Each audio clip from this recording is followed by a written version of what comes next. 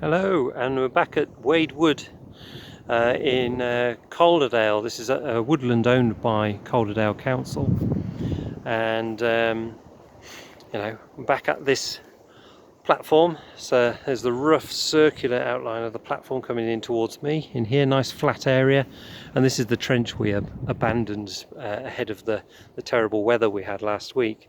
So I've just been in this morning just to give it a good clean before I start excavating and then doing the final recording and backfilling this afternoon. So what's interesting about this trench, as I mentioned last week, is you have at least two distinct phases in the platform's life cycle. So the earliest layer, the actual original surface of the platform, is represented by that orangey stuff you can see in here. It's orange because it's been heated up by fire, the fire that kind of went alongside the charcoal producing process. And that dark soil you see on here, that is the remains of one of the firings on the platform, or multiple firings on that layer there. But then at a later date, the charcoal burners decided they wanted to resurface this platform for whatever reason, and so they've put in all of this redeposited sandy, silty clay mixture of soil, which includes bits of stone, gritstone and sandstone, and also mixed up in there are patches of dark, kind of very organic soil, but also with charcoal in as well.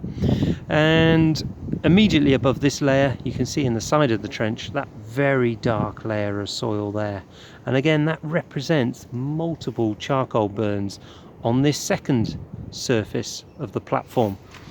To give you an idea of how rich this material is in charcoal, if we just move to the side of the trench here, hopefully you can see it focusing in.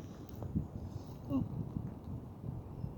Bits of charcoal there, look, and there's a bit of round wood here, which is nice. So I've been sampling all sorts of been sampling loads of the charcoal in all the soil there. That again, we'll look at that charcoal to identify how old that wood was when it was cut to be turned into charcoal. We'll radiocarbon date a few of the samples as well, give us an idea of the latest and the earliest dates of charcoal production on this site. As we know from other platforms in the region, we have evidence of like a platform being in use from the 1270s all the way through to the 1850s. So these platforms could have been used for an awful long time. And then towards the end of the day, I'll be getting a soil sample